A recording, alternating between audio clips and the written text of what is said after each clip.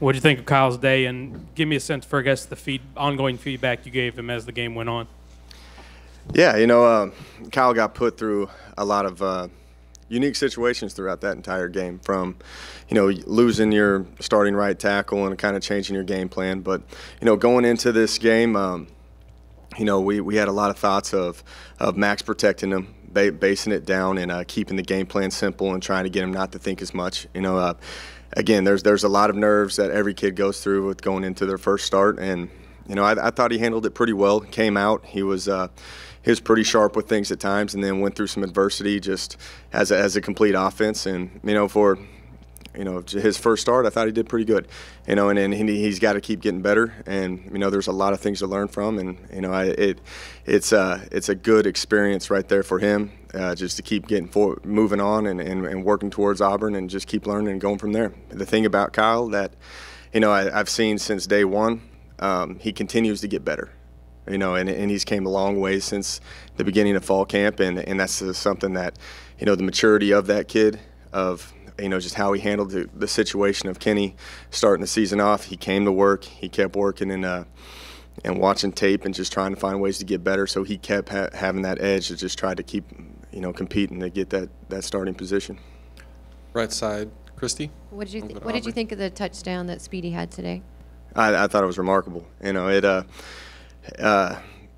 what I'm looking for. It's a man team. And that's from a receiver standpoint. That's what you're looking for. You got to be able to get open, create separation, and make some plays. And I thought Speedy made a great catch right there for him. Left side, Aubrey. When did Kyle know that he was going to be starting? Probably Wednesday night. I kind of hinted it to him, but Thursday morning, just because, like what we said in the press conference, I like to have that kid take all the reps on Thursday.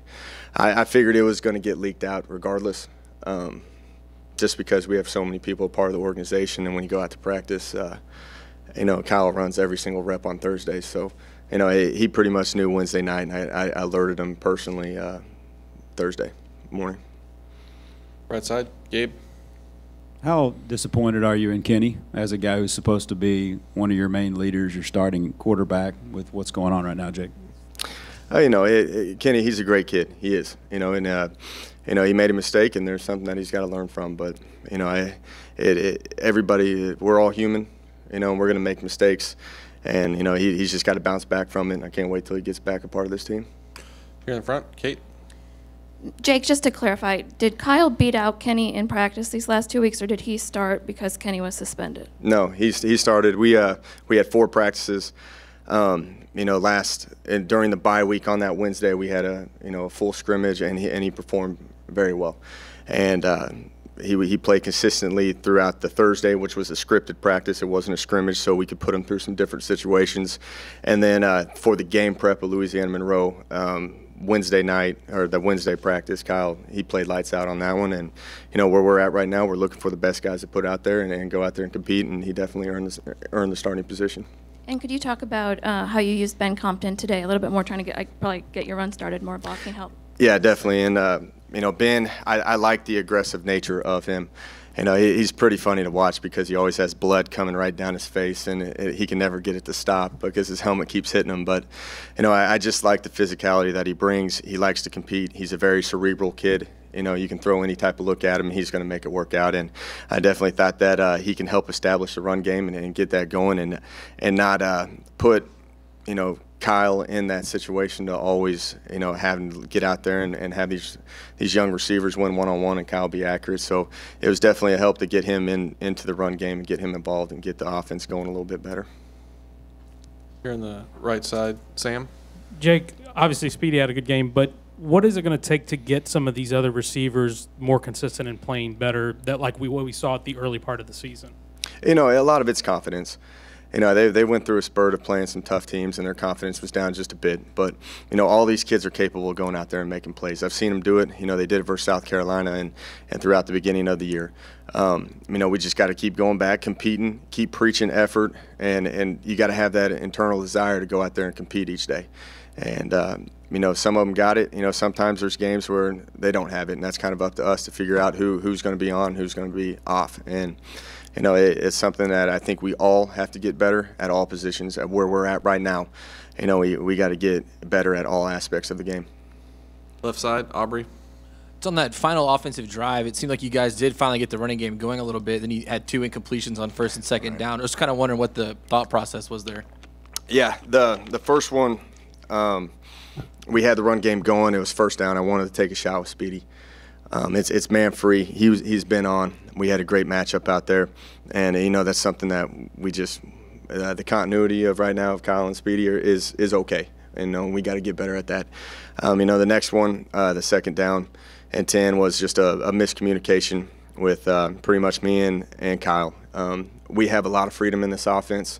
And that's something that we take a lot of pride in with how we train the quarterbacks. And there's a lot of times where you have runs and we have passes hooked onto it. And I see what he was thinking. I do. But at times you just got to make the mature decision and hand that off. If he would have thrown it and completed it, no one would have been saying anything about that play right now. But that put us in a bad situation. I had to keep the clock moving. So the third down and 10, you got to get the clock moving again. So obviously it was a 6-yard gain. It puts us in a not favorable position to convert on 4th and 4 and get them even better field position. But there's just some maturity things and experience. He's getting good experiences from this, and I think he's learned from it and he'll move on from it. Brent, and then we'll wrap up with Mark. Speaking of Speedy and moving forward at Auburn, obviously you don't want anything to happen with Kyle. But if I know exactly where you're going with this. Yes. Would you immediately turn to Connor, or would Speedy be the guy at that point in terms of your number 2 quarterback? I think I'm going to have to get a little more creative with stuff because of all the hours and time that you spend with these quarterbacks, and Connor can operate it pretty well. But, you got to get more creative because Speedy's such a special, player. So you're going to see some things. There might be some other players involved with it, but I'm going to have to create another package just in case. I'm down to 1 quarterback right now, 1 scholarship quarterback, well, unless you want to count Connor. But it's going to be interesting to see how creative we get with this extending the run game and how we're going to utilize Speedy and possibly another skill position player to go from there. But it's definitely in the mix, and you'll see it next week versus Auburn. All right, we'll wrap it up with Mark. Spav, you said you didn't want to give Kyle too much to think about first start. When do you start thinking about, and how do you judge when to give him more to think about and, for lack of a better term, take the training wheels off? What was the last part you said? Take the training wheels off. Oh, yeah. He knows the offense well. It is. And it goes back to having, your quarterback in for your first start. I don't know how he's going to handle the situation, so you always try to base it down and try to get him comfortable. But, Kyle's capable of doing it all. It goes down to just the term of everybody's got to go out there and compete and help him out too. And he's inexperienced from a starting standpoint, but he's going to keep getting better. I think we're going to keep throwing more and more run game and put him in more favorable situations and not put too much pressure on him. But at the same time, he's capable of opening up the entire offense and running it from there. So, it's going to be a lot of get down to practice, get what he's comfortable with, and we're going to have a lot of talks about, what he likes and what he doesn't like and what he's comfortable with.